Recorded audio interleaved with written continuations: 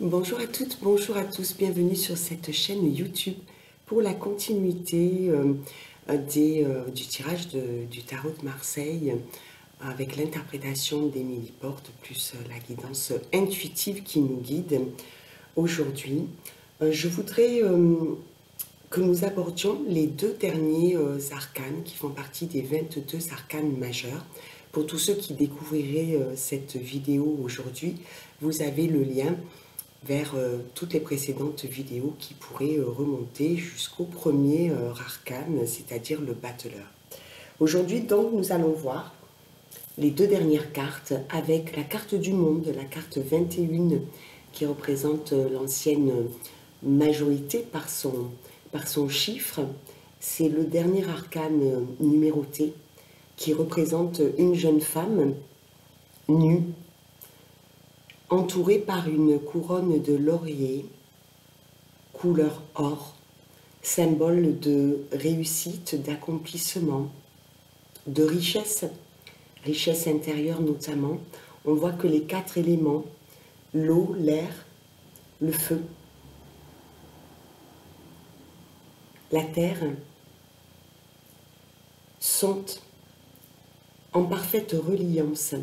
C'est la carte qui veut dire que le battleur, ce jeune débutant qui devait accomplir son chemin, est arrivé aujourd'hui à l'accomplissement, à la parfaite réussite. Donc, à l'endroit, cette carte va nous parler d'accomplissement, d'aboutissement. Ça va nous parler également de récompense, d'honneur, d'harmonie, d'équilibre. L'étoile, c'était cette jeune femme qui versait dans la fluidité et l'harmonie, mais qui avait un genou à terre. Cette jeune femme est debout, elle s'est réconciliée avec tous les éléments. On nous parle de sociabilité, d'ouverture d'esprit, d'ouverture du cœur, d'ouverture vers le monde céleste, vers le monde intérieur également. Ça représente la créativité, la naissance, le voyage, les organisations établies dans la souplesse et non pas dans la rigidité. Ça nous parle d'aisance et de parfait équilibre. Lorsqu'elle se trouve à l'envers ou dans une position défavorable, on va nous parler d'exclusion, de rejet, d'abandon, d'enfermement, d'isolement, d'incommunicabilité, d'une timidité poussée à l'extrême, d'un certain déséquilibre, voire même d'une malchance, d'un insuccès, mais aussi de mondanité et d'arrivisme. La dernière carte, celle qui n'est pas numérotée, c'est la carte du mât. On observe, eh bien, ce battleur qui a donc fini son cycle dans le triomphe et qui, à présent, se dirige tout droit. Il a le visage tourné vers son avenir, vers son chemin, et il ne se détourne pas, même si ce chien s'agrippe à sa cuisse au risque de le blesser. Est-il là pour le prévenir d'un quelconque danger? Est-il là pour le retenir? Le mât avance déterminé vers son chemin. Peut-être ne sait-il pas encore où il va, mais il s'y dirige confiant, parce que c'est un être que l'on ne retient pas, c'est un être qui pousse les limites, qui est avec son baluchon réconcilié avec les biens matériels. Il porte l'habit du bouffon du roi. Il est plein de dérision, d'ironie. Il sait amuser la galerie, mais il sait au fond de lui qu'il est doté de perspicacité, de ténacité.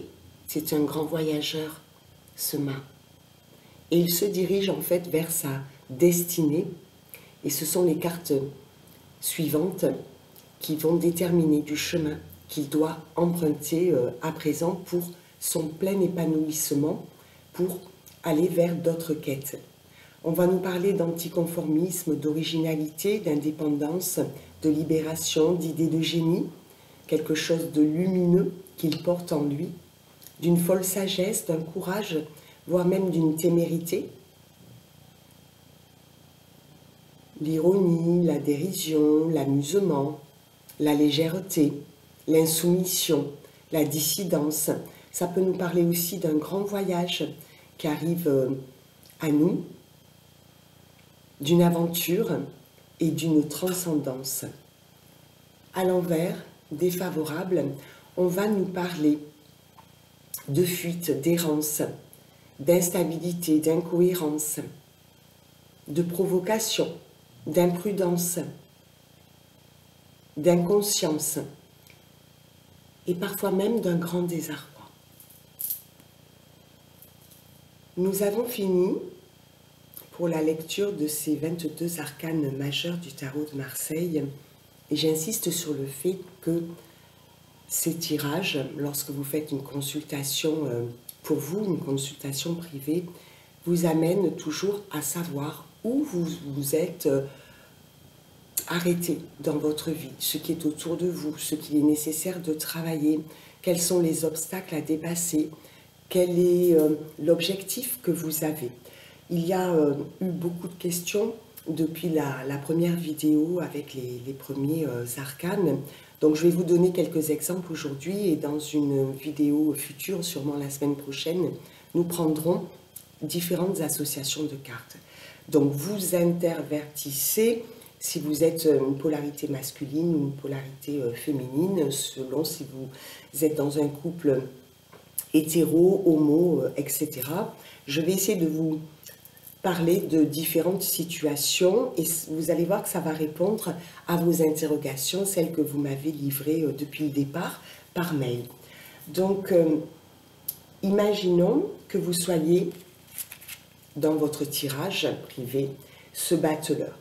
Ce battleur, nous avons vu que c'était l'initié, qu'il était sur un début de chemin, un début de parcours.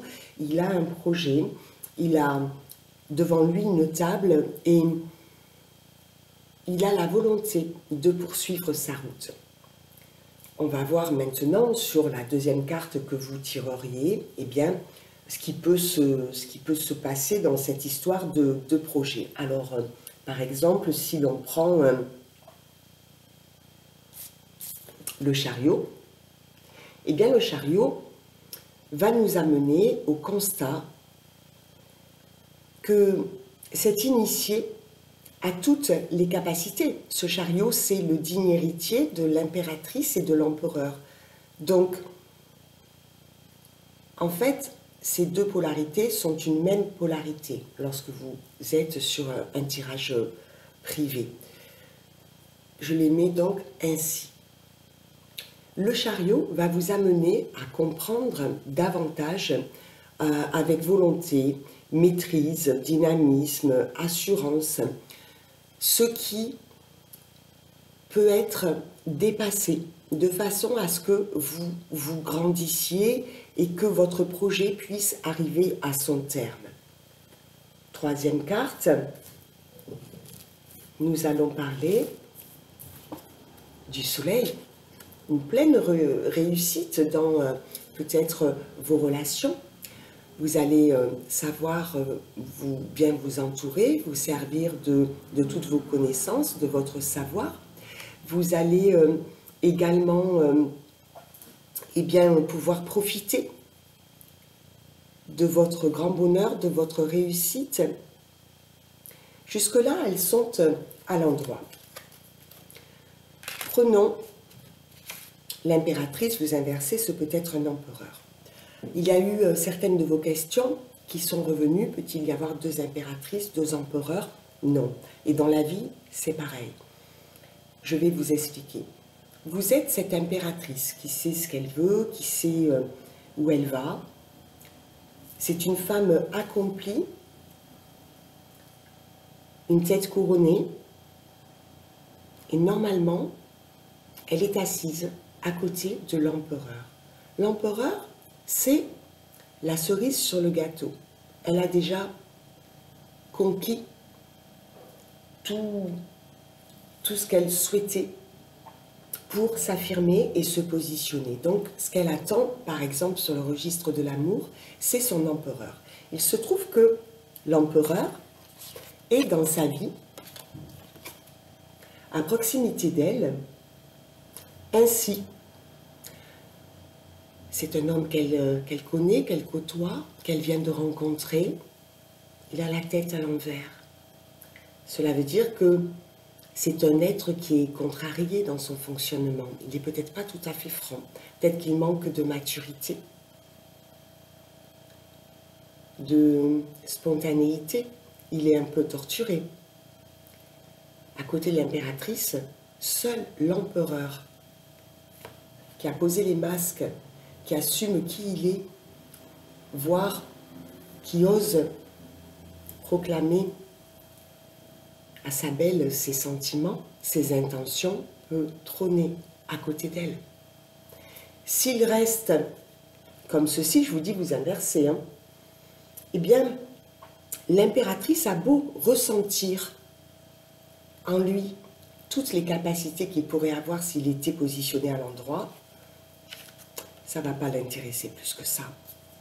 Elle n'a pas la patience parce qu'elle est évoluée sur son chemin spirituel. Et du coup, elle risque de rencontrer le pape, cet homme d'âge mûr qui est à la fois un enseignant, un élève, qui a une bonté d'âme, qui s'est réconcilié avec ses parts obscures, qui ose affirmer qui il est avec douceur.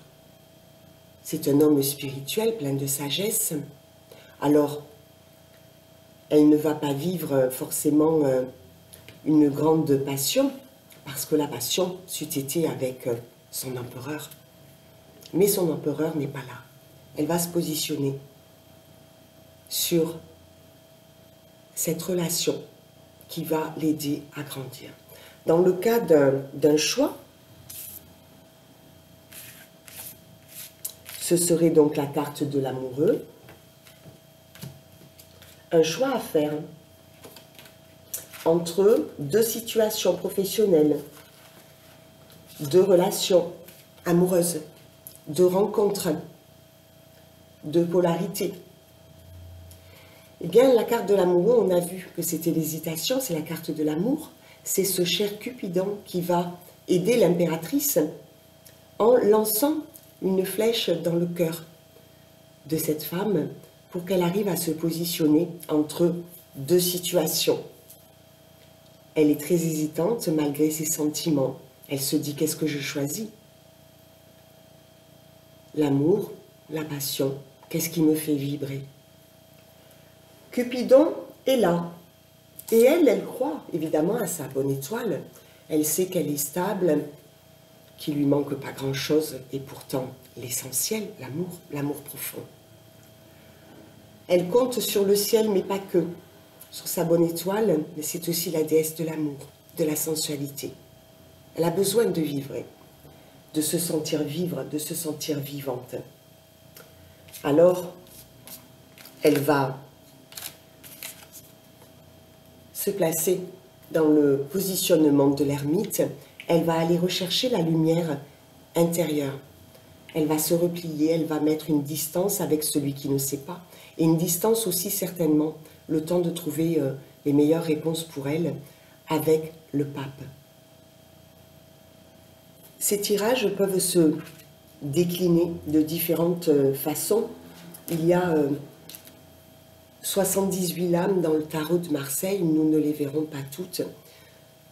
Ce que je voulais vous exprimer dans tout ce descriptif du tarot de Marseille par le biais de Émilie Porte qui, pour moi et selon moi, en donne une signification très puissante, c'est que le tarot de Marseille, à tout moment, lorsqu'on tire ces arcanes, nous aide à comprendre là où nous en sommes, ce qu'il nous manque encore à étudier, ce qu'il nous manque à peut-être mettre, on va dire, de notre côté. Alors je cherche la maison de Dieu, la tour, et je cherche également une autre carte.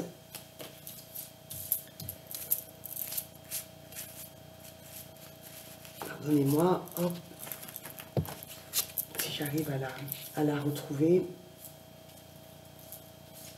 Bon, c'est pas... Peu importe. Déjà la tour. Dans votre vie, parfois, il y a des choses qui se cassent un peu la figure. C'est... La carte que je cherchais, c'est en fait... On a vu le clairon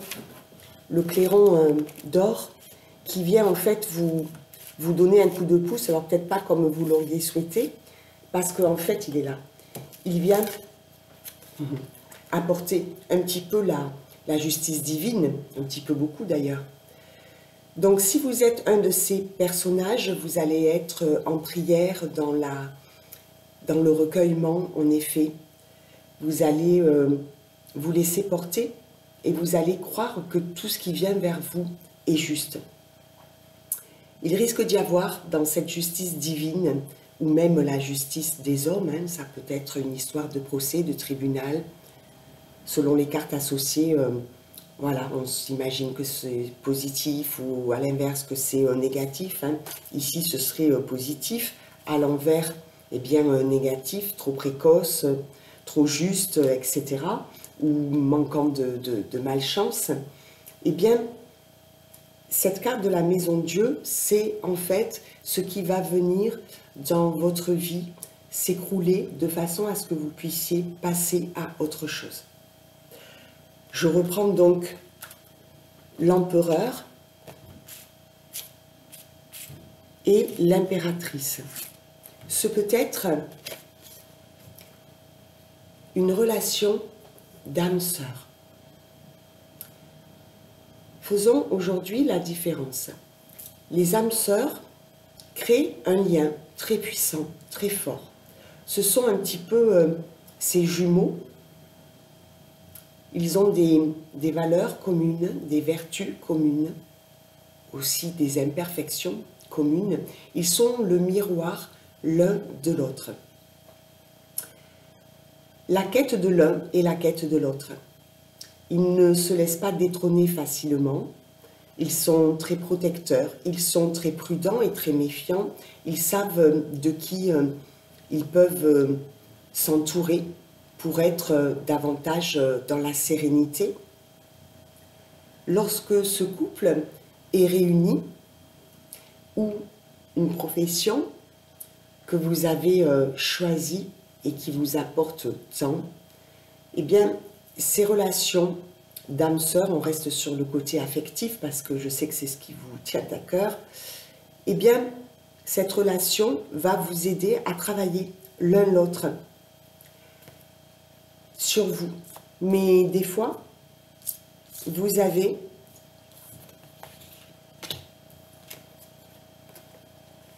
avant de vous réunir, ce travail commun à faire. Et il se peut que dans votre vie, il y ait des choses qui s'écroulent. C'est-à-dire que vous pourriez rencontrer cet homme, le chariot, qui est très décidé, très déterminé, conquérant. Et puis cette histoire se casse, se brise, parce que vous avez rencontré cet empereur. S'il est ainsi, ça va également le mettre au travail, parce que il ne va pas aimer être en danger, en insécurité. Il cherche aussi la cerise, il cherche aussi son impératrice. C'est la raison pour laquelle les choix qui ressortent dans vos questionnements par mail sont importants à faire et que la carte de l'ermite, c'est une carte qui pour moi est très importante parce qu'elle vous permet ce recueillement. Elle vous permet de vous positionner, d'aller directement au plus juste de ce que vous comptez accomplir dans votre mission de vie, votre mission d'âme. Les liens d'âme, dans une généralité, eh bien, ce sont toutes ces interactions que l'on a avec chaque personne que l'on va croiser dans sa vie. Alors, ce qui est terrible, bien sûr, c'est que parfois, nous sommes mal accompagnés.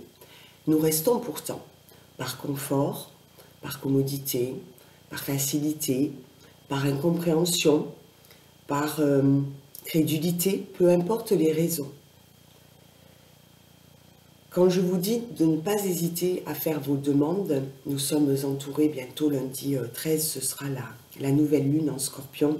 Ça va beaucoup bouger, ce sont toutes ces émotions, mais aussi toutes ces fins de chapitre qu'il est nécessaire de clôturer afin d'aller vers le meilleur pour vous. De trouver quelque chose d'équitable, et c'est un petit peu cette carte-là du jugement dernier qui entre en jeu, bousculant vos habitudes, bousculant les interactions. Lorsque vous rencontrez vos collègues de travail, si vous êtes dans une entreprise, vos collaboratrices, ou alors dans vos amitiés, vos amours, il y a des personnes qui, d'apparence, semblent vous malmener. En fait, elles sont là, elles ont signé auparavant et vous avez signé avec elles avant de vous incarner ou de vous réincarner. Vous avez signé pour travailler sur vos émotions. C'est parfois avec un partenaire, une partenaire, que l'on arrive à se recueillir, à entrer en soi, parce qu'à l'extérieur, c'est quelque chose de souffrant qui est omniprésent. Il y a des personnes qui sont en pleine conscience, le pape, la papesse, qui ont fait du chemin. Et il y en a d'autres qui n'en sont pas encore là. Une fois de plus, ne cherchez pas à bousculer l'ordre établi, parce que c'est inutile à mon sens dans la mesure où c'est souvent quelque chose qui ne vous appartient pas. Si une situation doit se clôturer, elle va se clôturer. Vous êtes bien sûr acteur, actrice de votre vie, vous avez toujours votre libre arbitre, c'est important de le rappeler. Mais si vous avez demandé dans vos recueillements, dans vos prières, que votre situation change, se transforme, c'est souvent une fin de chapitre parce que le ciel entend toutes nos demandes en fait. Donc c'est souvent dans une fin de cycle que l'on arrive bien, à retrouver la force, qu'il y a ce sentiment de justice rétabli. Vous allez peut-être aller sur un chemin différent, changer de profession, changer d'activité. Pourquoi pas créer quelque chose, et même si ce sont les prémices, c'est toujours intéressant. La puissance du tarot, depuis le XVe siècle, c'est d'arriver, lors d'un tirage, à vraiment vous aider à vous situer pour vous projeter, pour observer ce qui se passe autour de vous et prendre conscience du travail qu'il vous reste à accomplir. Je vous remercie pour votre écoute, pour votre fidélité, pour ces pouces levés, pour vos abonnements. N'hésitez pas à partager ces vidéos. La semaine prochaine, je ferai une autre vidéo avec les mises en situation, les associations de différentes cartes. Je vous dis à bientôt, passez un beau dimanche.